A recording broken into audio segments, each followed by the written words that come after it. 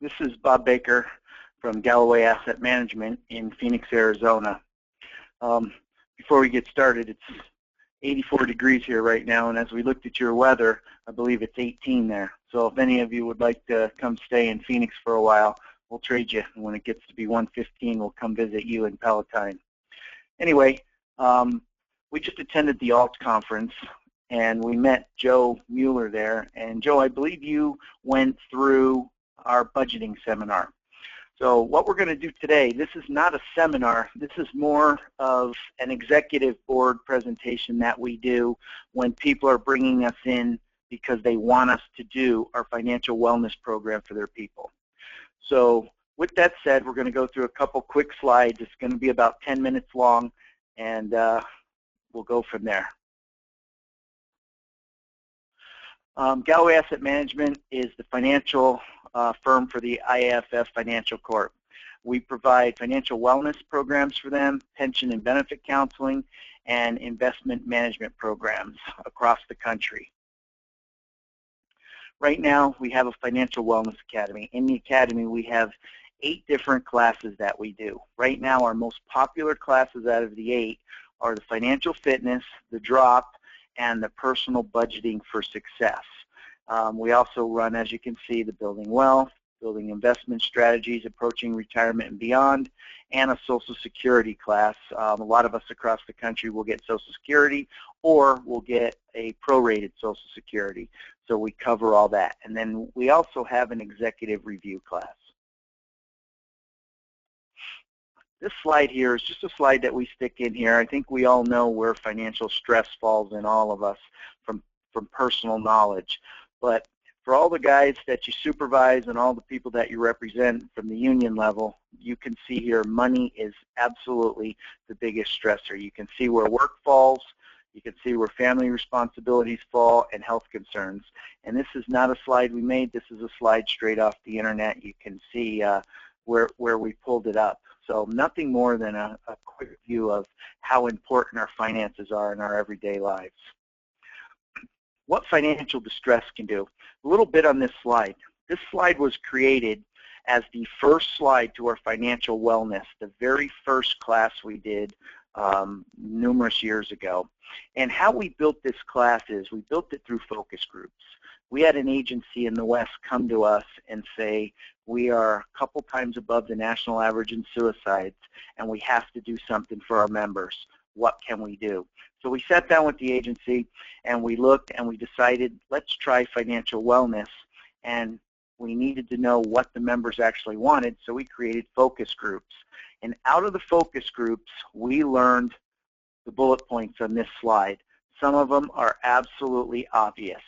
Stress-related illness. Once your finances are in distress, stress-related illness grows, obviously sick time usage grows, poor health, divorce. We already have an above national average divorce rate in public safety, and when you throw poor finances in, it creeps up even more.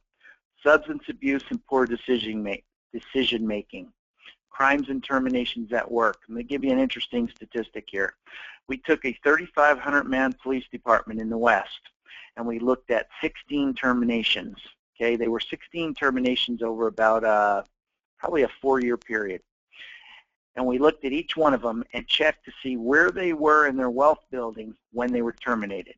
So what we're saying is if they were terminated at 2 years, we wanted to see where they were, and we wanted to compare them to other 2-year officers. 100% of the 16 terminations were below average in their wealth building when they were terminated. So what we believe we found was poor financial decisions and poor work decisions were hooked at the hip. And then obviously foreclosures and repossessions. If your finances are in distress, we have foreclosure and repossession problems. Little to no opportunity. We actually had a really good time doing the focus groups, and there was times we had between 20 and 40 people in the room, and people would start asking us questions. And inevitably, at some point in the room, the joke would come up that so-and-so in the room was rich. Don't talk to that person, they're rich. Help the rest of us. So it brought up something we wanted the answer to. Why are some of us rich and some of us not? What's the difference? So we went out and we started meeting individually with these, quote, rich people. And what we found is there was a lot of them that people were absolutely right. They were doing very well. What was different? It was two specific things. How much interest are they paying throughout their early years of their career, and opportunity costs.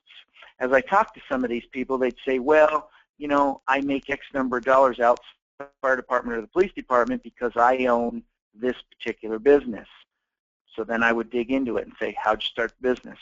How did it all come to be? It was nothing more than an opportunity that knocked on their door at some point in their career, and they were in a financial position to take advantage of that opportunity. So really, if you're in financial distress, opportunity cannot knock on your door because you're just trying to get to the next day. So if you're, you know, a fellow firefighter that you ride with every day on the truck, you know, decides, hey, I know where there's a house we could buy and flip it and double our money after we paint it, or whatever the case may be, he's not coming to you after he's been listening to our woes each shift, you know, about how we're struggling with our finances. So opportunity cannot knock if we're not in a position to take advantage of it. And then, of course, you know, we looked at the suicides. Now, I'll tell you right now, the suicides are very difficult to look at. We found that most of them had several problems: financial issues, substance abuse issues, family issues, and it was kind of like the big three trifecta that was affecting everybody. So it was very difficult to decide what came first, but there were financial problems in most of them. What financial success can do? Obviously, very easy. It's the opposite of the other slide. Better health, less stress, reduce healthcare costs. There's healthcare companies that if you have a financial wellness program, they'll give you a discount on your healthcare. Higher productivity, increased happiness, potential for work success. Here's something else we learned. We pulled a sergeant's list from a 3,500-man police department and a captain's list on a 1,500 to 1,800-man fire department. And we looked to see where the people that came out in the top 10 were in their wealth building when they took that test. And it was amazing. 80% of them were above average in their wealth building when they took the test and successfully passed it in the top 10. Now, I'm not going to sit here and tell you that I believe they were smarter than everybody else, because I went out and talked to them and they explained to us explicitly what they believe it was. They were in the right place in their mind. If I'm sitting on a ton of credit card debt and I have creditors calling the house and the kids are answering the phone and I'm stressed because they're asking, you know, if we're going to pay our bills, someone's trying to repossess the vehicle, there is no way I'm going to be able to pass one of our tests, either police or fire, for a promotional exam. I'm not in the right mindset. So everybody we talked to believed that their finances just made them comfortable. We've all heard the term, money can't buy happiness, but debt will buy sadness. It is very difficult when your finances are in disarray. So good financial success is what we're after. And again, we talked about this, the trifecta. What hurts on the job stress? Substance abuse, personal financial concerns, relationship concerns. Now add these to the next bad day that you can't control. You get calls that stress everybody out. No one knows what the next call is going to bring, and you add that to this little mix, and it's a very difficult place to work. So financial wellness in all aspects of our life. What were the goals of the financial wellness? It was to increase financial literacy. In 2012, Forbes magazine wrote an article that said the fastest growing group of millionaires in America is cops and firemen. You can look it up online. In 1971, if you graduated from the Phoenix Police Academy and you were on a single income, they drove you down and got you food stamps. So from 1971 to 2012, we've come a long way in our finances, but we haven't really educated ourselves in between there. If you're on food stamps, you're in survival mode, and you have a little bit of protection there, because if you're on food stamps, no one wants to give us credit. But where we are today, we're in a position where we can absolutely make some very difficult or poor decisions with financing items. So we wanted to increase financial literacy, develop better financial habits, reduce financial stress, and obviously prevent harm. We created a 1-800 number for assistance, and we wanted to try to reduce department health care costs, which is just starting to come to fruition.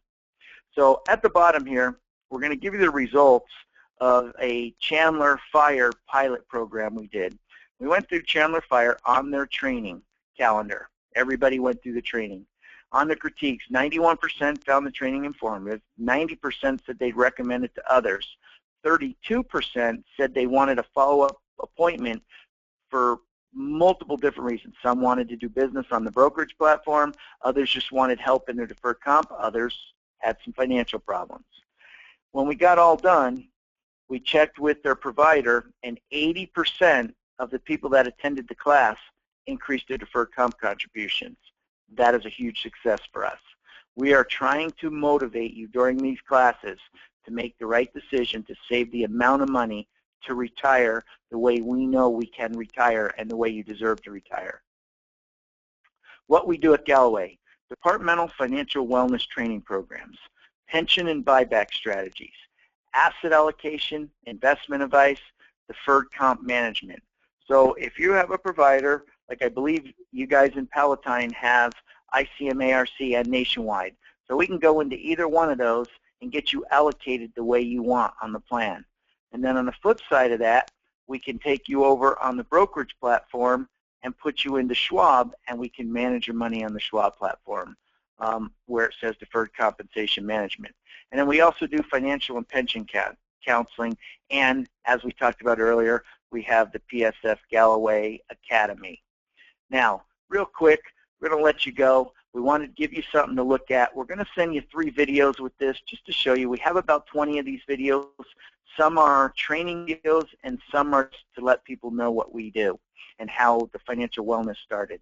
So we're going to send you those videos. After you guys get a chance to look at this, Joe, if you want to call me or anybody else, if you want to sit down and actually bring the training to Palatine, we can do a Zoom meeting where we can be live, and I can have the portfolio manager there, Mike Galloway, the CEO, at the meeting, and we can sit down and actually have a live meeting online with you guys. That way you can ask questions, and it's not just off of the PowerPoint.